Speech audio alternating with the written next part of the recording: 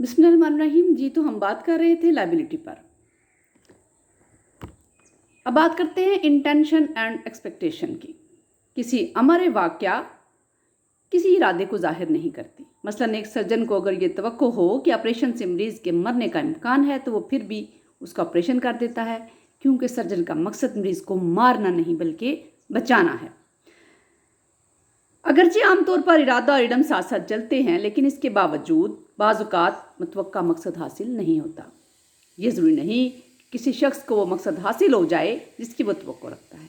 मसलन जब कोई फ़ौजी कमांडर जंग के दौरान अपने फ़ौजियों के साथ दुश्मन पर हमलावर होता है तो उसे इस बात का इल्म होता है कि उसके फ़ौजी भी मैदान जंग में काम आ सकते हैं, लेकिन उसका अपने आदमी मरवाने का इरादा हरगिज़ नहीं होता। अब बात करते हैं इंटेंशन एंड मोटिव की।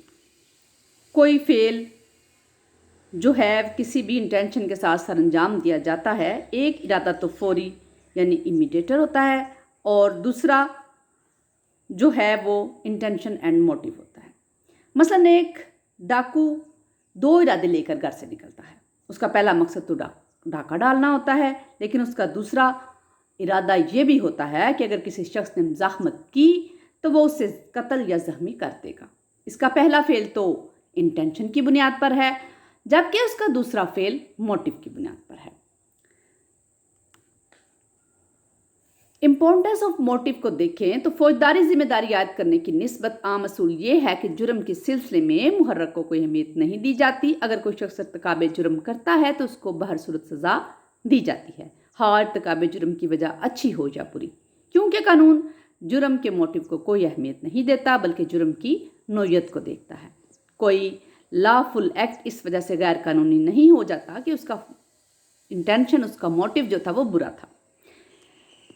इसकी जो हैं वो एक्सेप्शंस हैं, जैसे कि सबसे पहले क्रिमिनल अटेम्प्ट है।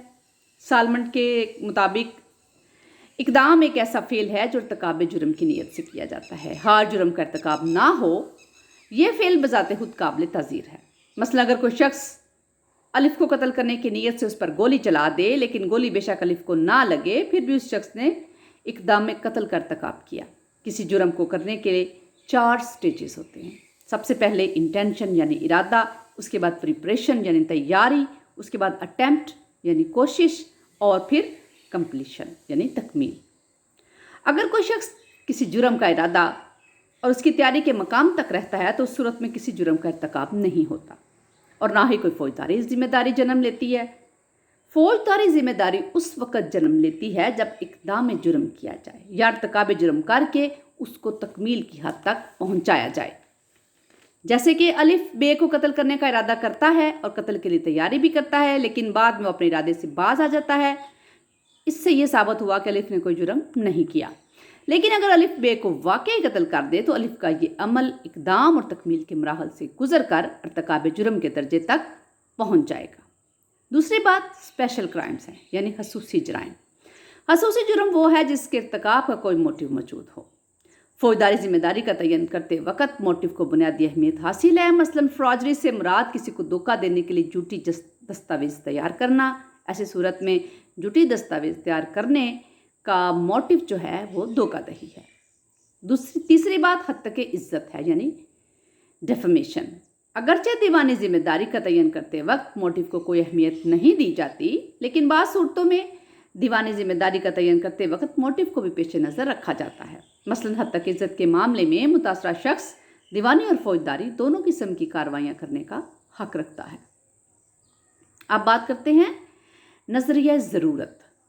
बिलमुम तमाम बुरे अफ़वाल काबिल ताज़ीर होते हैं, लेकिन बाज़ अफ़आल ऐसे भी होते हैं जो गैर कानूनी होने के बावजूद भी काबिल ताज़ीर नहीं होते, और ना ही रॉन्ग डूअर पर फौजदारी जिम्मेदारी आयद होती है, क्योंकि उनका अफ़आल का सरअंजाम देना वक़्त की अहम ज़रूरत बन जाता है, और उस वक़्त उन अफ़आल का ना करना बहुत बड़े नुकसान का मौजब भी बन सकता है। मसलन अलिफ बे को मौत की धमकी देकर किसी जुर्म के इर्तिकाब पर मजबूर कर ले तो बे ने जुर्म करने के बावजूद भी कोई जुर्म नहीं किया, क्योंकि बे की नीयत तो जुर्म करने की थी ही नहीं। अब बात करते हैं नेग्लिजेंस यानी गफलत की। गफलत या लापरवाही एक ऐसा फेल है जो काबिल ताज़ीर है। गफलत में किसी भी बुरे इरादे का दखल नहीं है। इस फेल का इर्तिकाब केयरलेसनेस से है। ताज़ीरात पाकिस्तान के तहत तेज़ यानी रैश और गाफिलाना ड्राइविंग काबिल तज़ीर जुर्म है। नेग्लिजेंस यानी गफलत की दो इकसाम हैं, एक इन एडवर्टेंट नेग्लिजेंस और दूसरी एडवर्टेंट नेग्लिजेंस यानी अदम तवज्जुही की वजह से गफलत और एक तवज्जो के बावजूद गफलत। सबसे पहले देखते हैं अदम तवज्जुही की वजह से गफलत। बाज़ औक़ात किसी शख्स की अदम तवज्जुही की वजह से किसी दूसरे शख्स को नुकसान पहुंच जाता है, हालांकि उस शख्स का इरादा नुकसान पहुंचाने का नहीं होता। ये वो गफलत जो शौरी ना हो, ऐसी गफलत को बिला इरादा गफलत या फिर उसको इत्तफाकिया गफलत कहते हैं। बिला इरादा गफलत में नीयत और नताइज से आगाही को मद्देनज़र नहीं रखा जाता। जैसे कि अलिफ नशे की हालत में गिर पड़ता है और उसके गिरने की वजह से बे की खिड़की का शीशा टूट जाता है। अलिफ का ये फेल गफलत बेवजह अदम तवज्जुही के ज़ुमरे में आता है। बाज़ माहिरीन कानून की ये राय है कि गफलत और लापरवाही हम मानी लफ्ज़ हैं। वो कहते हैं कि गाफिलाना फेल कर चुकने के बाद गफलत का एहसास होता है, लेकिन सालमन इस नज़रिए को नहीं मानता। वो कहता है कि गाफिलाना फेल सर अंजाम देने वाले को शुरू से ही अपनी गफलत का एहसास होता है, लिहाजा उसे इर्तिकाब गफलत पर ज़रूर सज़ा देनी चाहिए। अब बात करते हैं एडवर्टेंट नेग्लिजेंस की।